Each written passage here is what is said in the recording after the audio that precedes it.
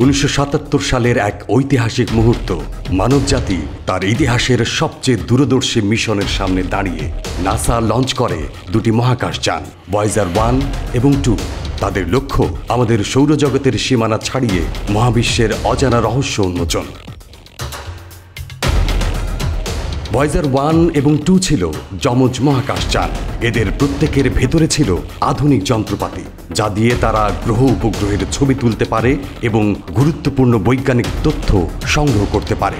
Voyager 2 পাঠানো হয়েছিল বৃহস্পতি, শনি, ইউরেনাস ও নেপচুনের দিকে। অন্যদিকে ভয়েজার 1 পাড়ি জমায় সৌরজগতের বাইরে। তার গন্তব্য ছিল ইন্টারস্টেলার স্পেস বা অসীম মহাকাশ। 1979 সালে ভয়েজার 1 বৃহস্পতির ছবি পাঠায় পৃথিবীতে।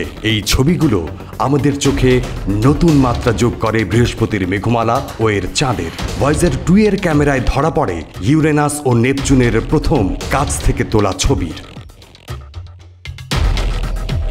এই মিশনের আরেকটি গুরুত্বপূর্ণ অংশ ছিল গোল্ডেন রেকর্ড। তাতে অন্তর্ভুক্ত ছিল পৃথিবীর ভাষা, সঙ্গীত ও ছবি। এটি ছিল মানবজাতির এক অসীম শুভেচ্ছা বার্তা। যদি কোনো ভিন গ্রহের প্রাণী একদিন ভয়েজারের সাক্ষাৎ পায়, তাহলে যেন এই রেকর্ড বাজিয়ে মানুষের শুভেচ্ছা শুনতে পায়। কিন্তু অনেকেই এটার বিরোধিতা করেন এ কারণে যে ভিন গ্রহের প্রাণীরা যদি আমাদের থেকে বুদ্ধিমান হয়, তাহলে পৃথিবীর অবস্থান জানা আমাদের জন্য বিপদের কারণ হতে পারে।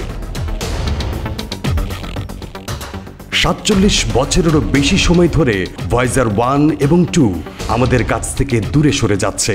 ভয়েজার 1 এখন ইন্টারস্টেলার স্পেসে, যা পৃথিবী থেকে 14 বিলিয়ন মাইল দূরে। এটি এখনও আমাদের তথ্য পাঠাচ্ছে, আমাদের শেখাচ্ছে সৌরজগতের বাইরের অজানা জগৎ সম্পর্কে।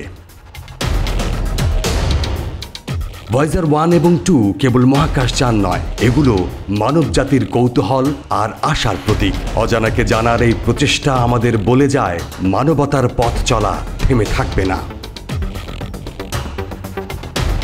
ভয়েজার আমাদের গল্পের এক চিরন্তন অধ্যায়।